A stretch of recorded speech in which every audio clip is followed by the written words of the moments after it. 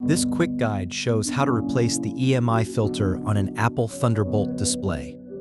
Gather tools: anti-static wrist strap, precision screwdrivers, temperature-controlled soldering iron, desoldering braid, and replacement EMI filter. Power down and unplug the display, remove the stand, and open the rear housing carefully.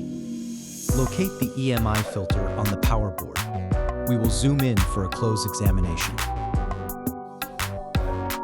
Follow safety. Wear an anti-static strap, safety glasses, and work in a ventilated area. On-screen callouts label each tool. Perform a before test. Measure continuity across the EMI filter and record the failed readings for comparison. Heat the solder joint with the iron, apply desoldering braid, and remove excess solder slowly. Gently lift the EMI filter with ESD-safe tweezers and inspect pads for damage or burnt residue. Clean the pads with flux remover and a small brush, ensuring no debris or lifted copper remains. Tack solder one pad, align the replacement EMI filter precisely, then solder remaining pads with short controlled strokes.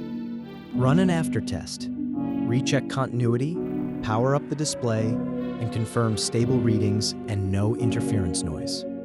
Reassemble the housing, run a final before and after comparison on the sound and electrical readings, and the repair is complete.